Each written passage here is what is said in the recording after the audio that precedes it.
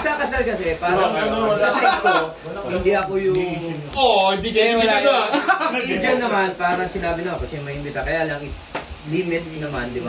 Hindi naman natin kaya. Yung kina-Jenny naman kasi, talaga kaya naman eh, walang problema eh. Kumbaga sa ako nga eh, hindi dapat eh. Oo, pinagpilitan ko lang yung sarili. Okay. Para wala na magtatalo. Antayin nyo yung kasal namin. Pag naumpag sa... Bukas sa ano, may ibitas ko. Bago mo, hindi pa pinapakasal. Hindi mo kabay ka. Pinanganak namin. Antay mo na Ligawan mo muna, baka magpakalan. Sino pwede ginigilahin? Yung mga invitado pwede pa, pero yung bride, sino yung invitado? Yun ang problema. Hindi invitado. Pagka ikakasal ka, sagot na namin ng bulaklak.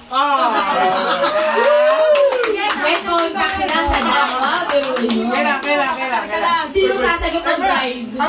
Ang bulaklak ba makakain? Hindi din. May contact na sa dama.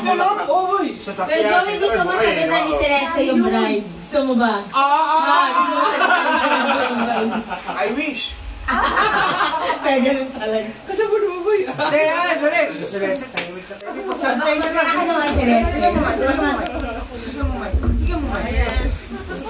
Moment. Talaga magsasalita eh. Hindi, first of all, thankful ako kay Randy dun sa effort niya. Kasi na-surprise din ako eh. Kasi lahat tayo, ang feeling natin na hindi tayo makakompleto. All the while, nakita-kita pa rin tayo. So, thankful ako sa effort ni Randy. Ay, yung ibang kausap niya na nag-gather tayo talaga ngayon. Na nag-commit pero wala ngayon.